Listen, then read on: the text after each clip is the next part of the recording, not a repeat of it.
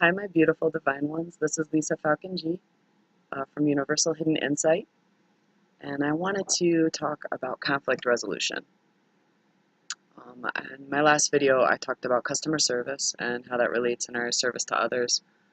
And I think, in particular, conflict resolution can be something incredibly powerful, especially today in the world and the way that it is. There's so much fragmenting that's happened and so much division. So, being able to be peacemakers in our communities and go out and make a difference is incredibly healing, and it's one of the biggest contributions I think that we can make in the world right now. We can't necessarily change the whole world. The only thing that we really have true responsibility for is, changing ourselves and changing the way that we're contributing in our communities and the way that we're interacting with others, um, healing ourselves from within. So a big part of that is self-love, and that's going to be another video. I don't want to get into that in this particular video. But conflict resolution is incredibly important. We have a lot of things that come up in daily life, and while we might be good to the people that we really love or that we feel like we really care about, how are we treating people when we're driving, or how are we treating people when we're at the supermarket, or how are we treating the waitress when we go out to eat? All of those things, or a coworker who maybe seemed like they had an attitude with us. All of those are great opportunities for us to be peacemakers and to bring our peace into maybe somebody else's storm. I know it's really hard. People drive lousy, and we get on the road, and that's when everybody starts to get into ego. That's when everybody starts to get into that place of, I'm driving here, and this is my way, and get out of my way. And it's really terrible that we've kind of been reduced to this, I think. And it's definitely been programmed into us to behave this way. But it's not a right way to behave, and we can do better. We can definitely do better. So I wanted to touch a little bit more and elaborate on some of the customer service stuff and then get into the conflict resolution. One of the things I like to talk about in customer service in the workshop that I do is talking about respect. And a lot of people that come to work with me, they have had issues their whole lives with feeling disrespected, or that's kind of the culture of the community that I live in particular. Is if you feel disrespected, you have to fight, you have to stand up for yourself, and it's really a sad thing for me to see that, to see so many people get drawn into those types of emotional reactions, and to fight when it's really not that big of a deal.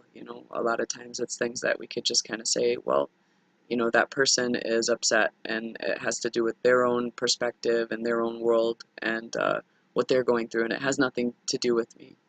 And one of the points I like to bring up is that somebody can't truly disrespect you because they don't really know you. They really don't. Even people that have known you your whole life, think about this. Even people that have known you your whole life, they've never been in your head. They don't understand. There's no way that you could fully communicate all of the things that you've gone through, right? They don't know the pain that you've had, the heartbreaks, the challenges that you've overcome, how much will it took you to get out of bed some mornings, all these different things. Um, those of us who underwent difficult childhoods or traumatic situations, losing somebody that we loved dearly, dearly, all of those things, somebody can't know on the surface.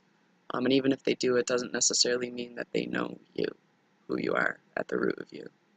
So that's just something that you can kind of keep in mind in any interaction, is that don't let yourself feel like you're being disrespected to the point of where you're willing to um, kind of take away who you are and go into a dark place. I always say try to take the high road. Try to. None of us are perfect. We're not supposed to be. We're here to learn and grow and evolve, right? So conflict resolution in situations like this can be really helpful. It can be a helpful tool. One of the works that I've been studying for this conflict resolution is with a gentleman that's been going to teach conflict resolution to inmates on death row. And I think it's really beautiful that he's doing this. And I apologize, I don't know his name off the top of my head. I'll try to post it in comments afterwards. I'll hopefully remember. But he teaches them to be peacemakers and mediators because people that are on death row, one of the biggest things they say is, we just want to live in peace. So, and I think that's truly what we all want. And we can't control what other people do, but we can certainly help be a guide for people through their emotional storms. So one of the things he does is he talks about how there is not necessarily a strong connection between our language center in our brain and our emotional center. So it's something from birth we have difficulty expressing how we feel. And most people are in this place. And some people have taught themselves how to be very, very in tune with their emotions and how to be incredibly expressive with their emotions. Artists, poets, people like this have tapped into that. And the good news is you can build these strong connections in your own brain by becoming aware and kind of beginning to step back a little bit and witnessing your emotions as opposed to, jumping in there and reacting with them. So one of the things you can do is if somebody's very, very upset and they're really irate and they're trying to start a fight or however they're coming about it, they're expressing anger, right? And you can fight with them, sure. And that might take you an hour and you might go loop for loop and, get nowhere with it. Or you can listen. You can truly listen and be present with them. Kind of hold space for them and without judgment. Holding space is different than what it sounds like. It's not necessarily allowing yourself to be a punching bag. That's not the point. But holding space in that you truly listen, you're truly present with them, you allow them to express their fullest emotion without judgment. So that's part of it. As you listen to them, what you're going to do is you're going to guess at their emotion. So a lot of people like to word it as, what I hear you saying is that you're angry. And that's not how you want to say it. You don't want to make it about you. So what you would say is maybe, you're angry. You are angry.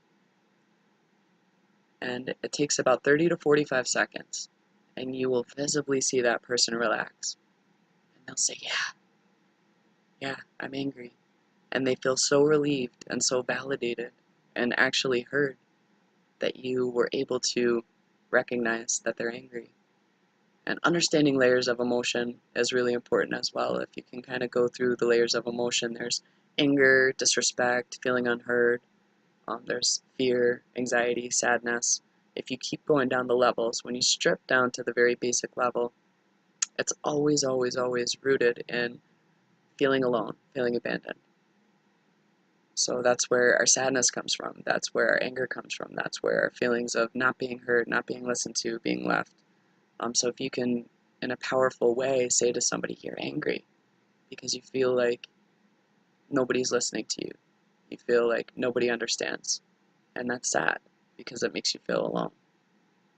You just did more for that person than you can possibly imagine. So I just wanted to share this. I don't want to make these videos too long now. I will do some longer ones as I go forward. In the meantime, do whatever you can to be there for yourself, to love yourself first.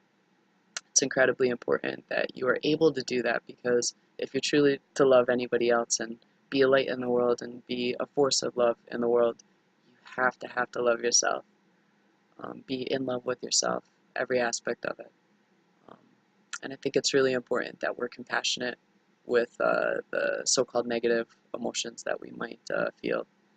If you feel angry, be compassionate with that. Be there with that. Allow that to feel just as much a part of you as the love that you feel. Um, just be with yourself. Be there like you would for a little child, and don't be too hard on yourself. Till next time, in love and light, you are all deeply, deeply loved across the universe. You're not alone, and you're making a difference every day.